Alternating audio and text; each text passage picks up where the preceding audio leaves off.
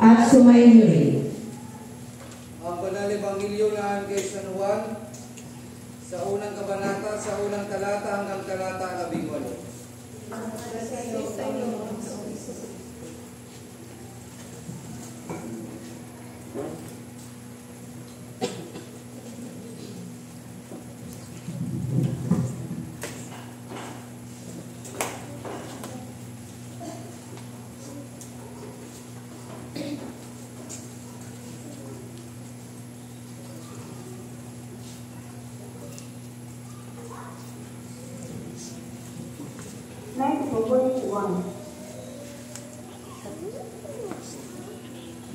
Sa pasimula pa ay naroon na ang salita, kasama ng Diyos ang salita, at ang salita ay Diyos. Kasama na siya ng Diyos sa pasimula pa. Sa pamamagitan niya nilikha lahat ng bagay at walang anumang nilikha ang hindi sa pamamagitan niya. Mula sa Kanya ang buhay at ang buhay ay siyang ilaw ng sangkatauhan. Nagliliwanag sa kadiliman ang ilaw at hindi ito kailanman nagapit ng kadiliman. Sinugo ng Diyos ang isang tao na nagangalang Juan. Naparito siya upang magpatotoo tungkol sa ilaw at manalig sa ilaw ang lahat dahil sa patotoo niya. Hindi siya ang ilaw kundi naparito siya upang magpatotoo tungkol sa ilaw. Ang tunay na ilaw na tumatanglaw sa lahat ng tao ay dumarating sa sanlibutan. Nasa sanlibutan ng salita, nilikha ang sanlibutan sa pamagitan niya, ngunit hindi siya nakilala ng sanlibutan. Naparito siya sa kanyang bayan, ngunit hindi siya tinanggap ng kanyang mga kababayan. Ngunit ang lahat ng tumanggap at nananalig sa kanya ay pinagkalooban niya ng karapatang maging anak ng Diyos. Sila nga'y naging anak ng Diyos hindi dahil sa isinilang sila ayon sa kalikasan ni sa pita ng laman o sa kagawaran ng tao. Ang pagiging anak nila ay buhat sa Diyos. Naging tao ang salita at siya nanirahan sa piling natin. Nakita namin ang kanyang kapangyarihan at kadakilaan, puspos ng pag-ibig at katapatan. Tinanggap niya mula sa Ama ang kapangyarihan at kadakilaan ito bilang buktong na anak. Nagpatotoo si Juan tungkol sa kanya at ganito ang kanyang sigaw. Siya ang tinutukoy ko ng aking sabihin. Ang darating na kasunod ko'y higit sa akin sapagkat siya na bago pa ako ipinanganak. Dahil sa siya ay puspos ng pag-ibig, tayong lahat ay tumanggap mula sa kanya ng abot-abot na kaloob. Sapagkat ibinigay ang kautusan sa pamamagitan ni Moises, ngunit ang pag-ibig at ang katotohanan ay dumating sa pamamagitan ni Jesucristo. Kailanman walang nakakita sa Diyos, subalit ipinakilala siya ng buktong na anak. Siya ay Diyos na lubos na minamahal ng Ama. Ang Ebanghelyo ng ating Panginoong Jesucristo. Papuri sa iyo, Panginoong Jesucristo.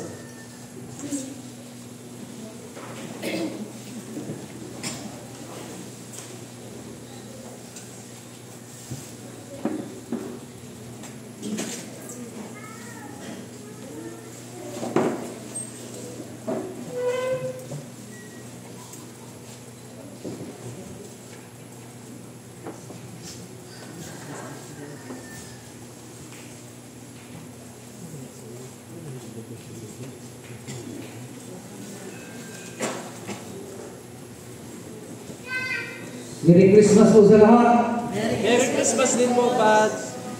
Merry ba ang Christmas ninyo? Merry rin. Merry rin ang Christmas natin sa labo.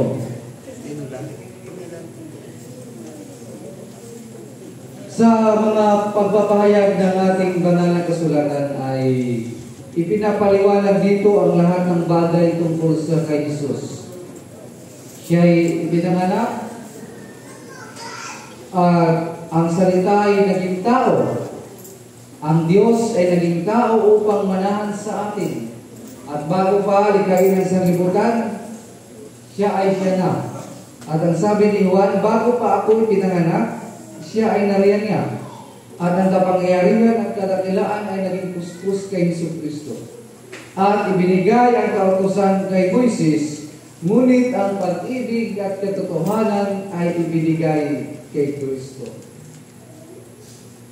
Ang kapanganakan ng ating Panginoon is, ito yung pagpapatunay ng Diyos na tayo'y Kanyang mahal. Sapagkat ito rin ang daan at pagpapakita na ang Diyos ay kasama natin. Sapagkat mula sa malayo, mula sa kalangitan, ang Diyos ay sa pamamagitan ng banal na Espiritu ay lumubog sa isang babae at isinilang ang isang batang lalaki at pinangalan ng Jesus at o Emmanuel, ang ibig sabihin kasama natin ng Diyos. Kaya sa pahayag na ito, ipinakita ng Panginoon na hindi siya nanalayo sa atin. Ipinapakita ng Diyos na hindi siya malayo sa atin. Bago sa pamamagitan ni Kristo, ang Diyos ay nakiisa sa atin. Siya'y naging tao upang ang tao ay magiging mga anak ng Diyos. Kaya nga sa Kanya ipinahayag ang katotohanan sa pamamagitan ng Amang nasa langit na sinasabing walang nakakakita sa Ama. Ngunit siya ipinakilala sa pamamagitan ng gawa ni Kristo. At sa pamamagitan ito at sa gawain ito ay naihayag ang pag-ibig ng Diyos. Sapagkat mula sa isang simpleng pamilya, kay Jose, kay Maria at kay Kristo, nasilayan ang tunay at tapat na pag-ibig ng Diyos at hindi lang, kundi ang kaligtasan. Kaya sa pagdiriwang ng Pasko ay atin itong ipagdiriwang ng may kagalakan, ipagdiwang na may kabanalan, sapagkat nagiging banal ang isang pamilya sa pamamagitan ng biyaya ng Diyos. Ang pamilya ni Jose at ni Maria, sapagkat dumaloy sa kanila ang kapangyarihan ng Panginoon.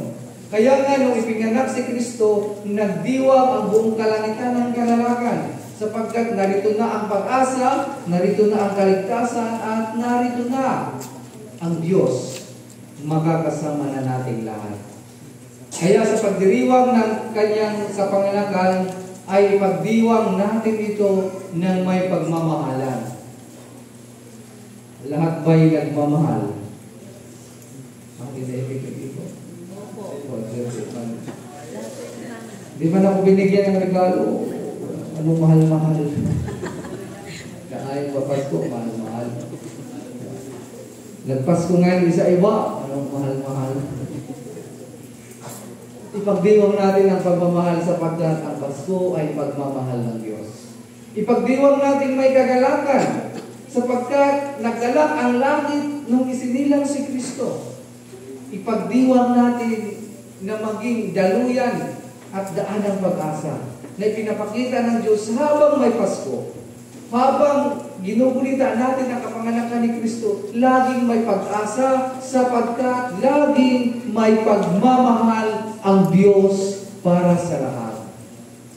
Kaya, sa bawat pagbati natin ng maligayang Pasko, dapat laging may kasamang pagmamahal. Amen. Amen. Hindi lang tayo babati ng Pasko para introduction. Ang introduction ng Pasko, Merry Christmas po Ninang. Tapos ang kasunod, Mamasko po. Pinagawa lang ang introduction. Merry Christmas po Ninong. Kasunod, Mamasko po. Mga kapatid, iparamdam at bumati tayo may pagmamahal. Bumati tayo at magdiriwang ng may pagmamahal. Kaya mga kapatid, wag sanang sumama yung loob na walang naganap na Pasko or kung 20 lang ang binigay ng Ninong. Huwag sanang sumama yung loob sapagkat hindi material ang binigay ng Diyos. Ang binigay ng Panginoon pagmamahal. Kaya nga, ayon sa Ebanghelyo ni San Juan sa Kabanata 3, talata 16, ang ipinapahayag. Dahil sa mahal ng Diyos ang sanlibutan, ibinigay niya ang kanyang bugtong na anak upang sino mang sumampalataya hindi mamamatay kundi magkaroon ng buhay na walang hanggan. Dahil sa mahal ng Diyos ang sanlibutan. Dahil sa mahal ng Diyos ang mundo, dahil sa mahal ka ng Diyos, dahil sa mahal ng Diyos ang lahat ng tao, ibinigay niya ang kanyang anak bilang isang regalo upang ang bawat isa ay makatanggap ng buhay na walang hanggan sa pamamagitan ng pananampalataya. Iniregalo si Kristo bilang isang buhay, simbolo ng pagmamahal. Amen. Kaya mga kapatid, magbigay tayo ng pagmamahal at tumanggap ng pagmamahal. Kaya hindi lang dapat umiikot ang ating pagdiriwang sa Pasko sa pagbibigayan ng regalo. Kaya kapag nagbigay ka ng regalo, dapat mahal mo. Amen. At kahit walang regalo, ang mahalaga, mahal mo. Amen. Ang tanong, mahal ka ba? Amen. Yun lang.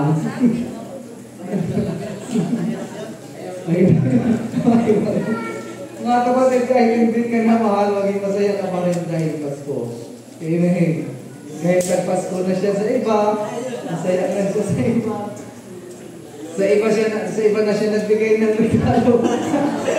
Masaya ka pa rin dahil Pasko. At lagi mong tatandaan, kahit hindi ka na niya mahal, mahal ka pa rin ni Lord. Amen! Mga kapatid, wala ang rason para malungkot. Una-una, mahal ka ni Lord. Kaya yun ang dahilan, kaya dapat maging masaya ka. Malay mo sa bagong taon, may bago ka na rin. Sabi lang nila, grade 8 now. Kaya walang dahilan para maging malungkot tayo. Ano po? Walang dahilan para magmukha. Pasko, wala naman.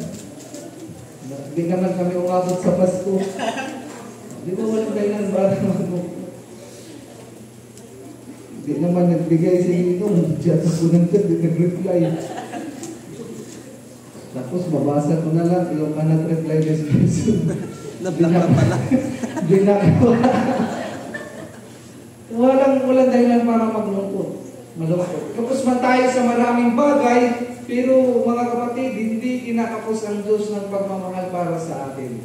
Kaya natandaan natin, pagmamahal ang binigay ng Diyos at mahal tayo ng Panginoon. Wala mang maraming bagay, walang magagarang bagay sa pagdiriwang ng Pasko. Ang mahalaga, lagi nating tatandaan na mahal tayo ng Diyos. Kaya nga isinilang si Kristo dahil mahal tayo ng Diyos. Pangalawa, ang pagdiriwang ni Kristo ay pagdiriwang ng kabanalan. Sapagkat noong ipinanganak si Kristo, sa isang sabsaban, nakita ang kabanalan ng isang pamilya. Naihayag ang kabanalan ng Diyos. Sapagkat ang isinilang ay mula sa banal na Espiritu, kaya ayon sa mga unang pagbasa ng mga nakarang simbang gabi, ipinahayag doon sa Annunciation of Virgin Mary, nalulukuban ka ng banal na Espiritu at maglalang ng isang batang lalaki, banal na Espiritu. Kaya nang isinilang si Kristo, nagkaroon ng kabanalan ang isang pamilya, nabuo ang isang tinatawag na The Holy Family. At nagkaroon ng kagalakan ang buong kalangitan at umawit ng aleluya at papuri ang mga anghel.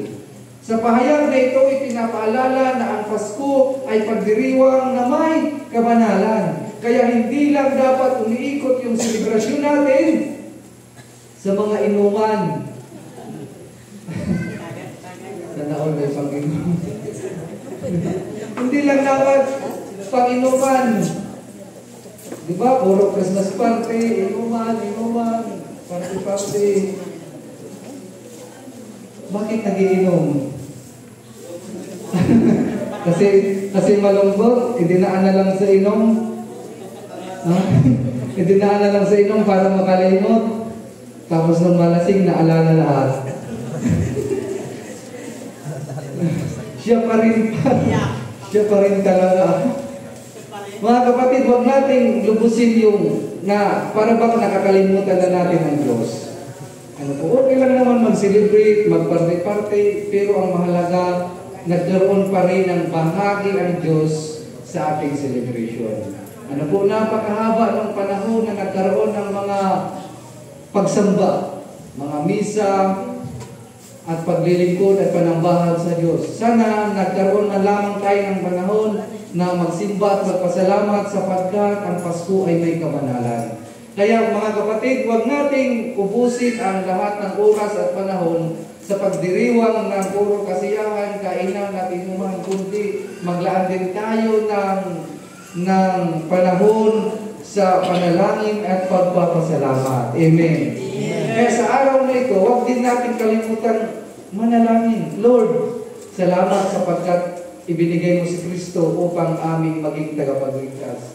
Lord, kung hindi mo siya ibigay sa akin ngayong Pasko, ako na lang ang ibigay mo sa Kanya. Maglaan tayo ng mga panalangin at pagpapasalamat. Kung hindi ako ngayon, Lord, masaya sa Pasko, sana siya rin hindi maging masaya.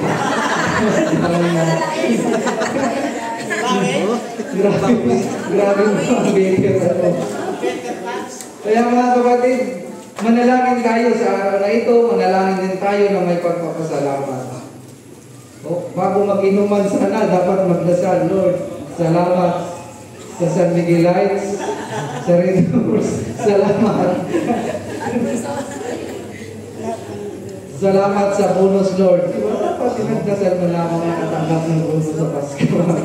So maglaan ng panalangin sapagkat ang pagdiriwang ng Pasko ay kapanganakan at kabanalan ng ating Panginoon. Ang ikatlong bahagi ay ang pamilya. Amen. Amen. Sa kapanganakan ng ating Panginoon Jesucristo, may isang pamilyang nabuo. Si Maria, si Jose at ang Panginoon Jesucristo.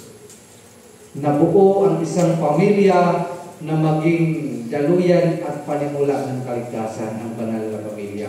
At sa kapanganakan ni Kristo, hindi lang kaligtasan ang pinagbabanal ng Diyos, kundi ang isang pamilya.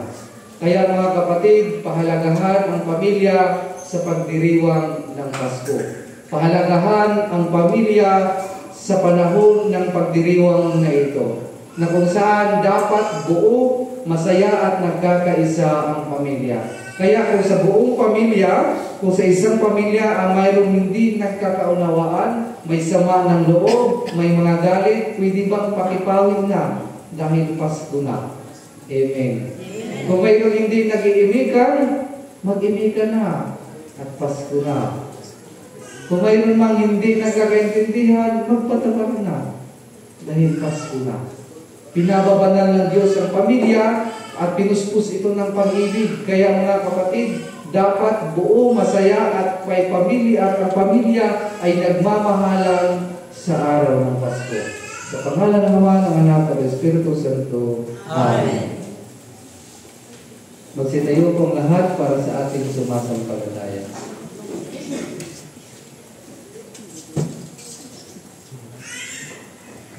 Tayong lahat, sumasampalataya tayo sa isang Diyos sa mga makapangyarihan na lumikha ng langit at lupa at ng lahat ng nakikita at hindi nakikita.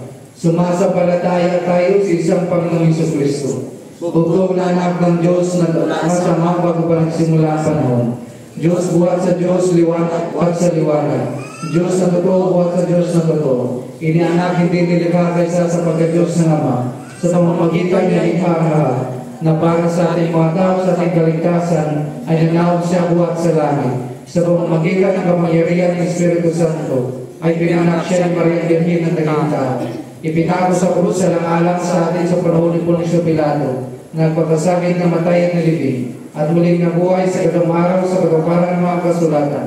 Umakyat siya sa langit at naluglok sa kanan ng Ama, at muling darating na maluwalhati upang kumano mabuhay ang mga patay at ang kaharian niya ay walang. Sumasampalataya tayo sa Espiritu Santo, ang Panginoong tagapagbigay ng buhay na nagbubuhat sa Ama. Sinasamba siya at iluwalhati kasama ng Ama at ng Anak.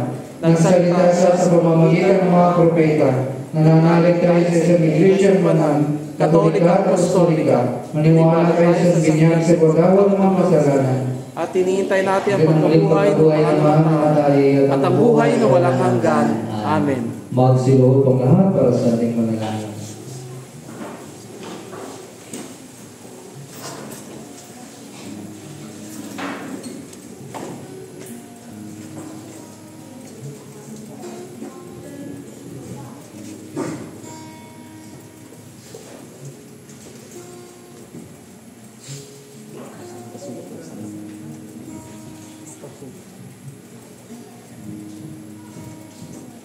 Nagagalak ang ating mga puso ngayong araw ng Pasko habang ginugunita natin ang kapanganakan ng ating Panginoon at tagapagligtas na si Jesucristo. Buong pananalig nating ipabatid sa Diyos Ama na nagbigay sa atin ang kanyang buktong na anak ang ating mga kahilingan. Sa bawat panalangin ang ating pong itutugon, Amang mapagmahal, manatili ka sa aming piling. Atin pong ulitin. Amang mapagmahal, manatili ka sa aming piling. Para sa simbahang tahanan ng lahat ng mananampalataya, naway magtamo siya ng kapayapaan at lumagong sagana ang kabanalan sa lahat ng kanyang mga kasapi. Manalangin tayo. Amang mapagmahal, manatili ka sa aming piling.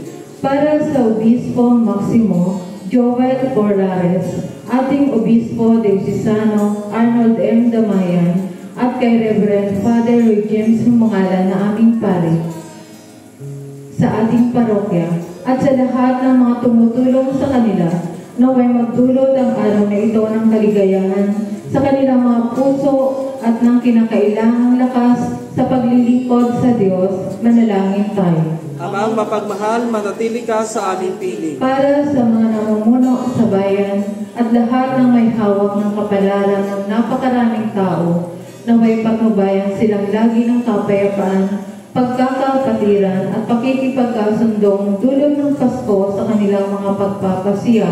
Manalangin tayo. Amang mapagmahal, manatili ka sa aming piling. Para sa mga may sakit, matatanda, walang trabaho o tahanan, at lahat ng tila napapabayaan ng lipunan, naway malasap nila ang pag-ibig ng Diyos sa pamamagitan ng pagkakaisa at kabukasang palad ng lahat ng mananampalataya. Manalangin tayo. Amang mapagmahal, manatili ka sa aming piling. Para sa ating mga mag-anak, lalo na may mahigpit ngayong pinagdaraanan, naway makatulong ang diwa ng Pasko upang matuklasan nilang muli ang ugat ng kanilang pag-ibig at tulutan silang makaraos sa lahat nilang kahirapan. Manalangin tayo. Amang mapagmahal, manatili ka sa aming piling. Para sa mga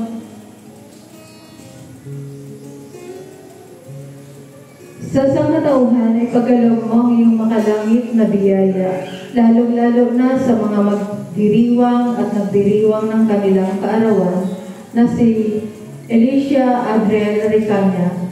Dinggin at tanggapin nawa nila ang iyong banal na salita ng may kababaang loob at masunuring puso at paglingkuran ka ng may katapatan sa lahat ng araw ng kanilang buhay. Manalangin tayo. Amang mapagmahal, manatili ka sa aming piling.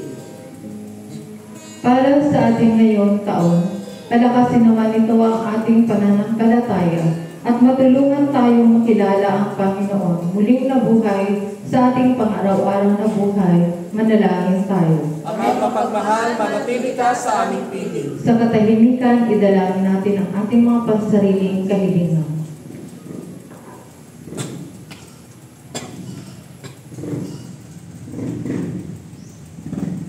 Manalangin tayo. Amang mapagmahal, manatili ka sa aming piling. Panginoong Diyos, bukal ng aming kagalakan at kaligtasan, Ikaw ang dahilan ng aming pag-asa. Magdulot nawa ang Paskong ito sa aming mga puso ng pangmatagalang galak at kapayapaan hanggang sa ipagdiwang namin ito sa langit. Isinasama namin ito sa pamamagitan ni Kristo ang aming Panginoon na nabubuhay, naghahari, magpasawalang hanggan. Amen. Magsitayo po ang lahat.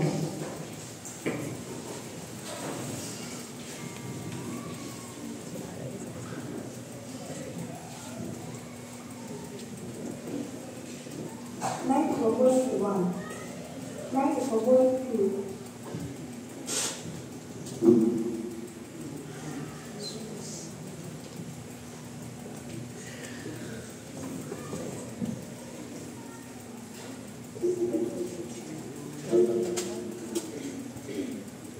Mga kapatid, tayong katawan ni Kristo sa pamagitan ng isang Espiritu, tayong lahat ay isang katawan ang dahil niya lang. Dulot ng Espiritu sa bigkis ng kapayapaan. Ang kapayapaan ng Panginoon ay lagi nawang sumainyo. At sumainyo rin. Magpatid tayo ng kapayapaan sa isa't isa. Buong kagalakan ng natin sa Panginoon ang karangalang narapat sa kanyang pangalan, magdala ng alay at umarog sa kanyang.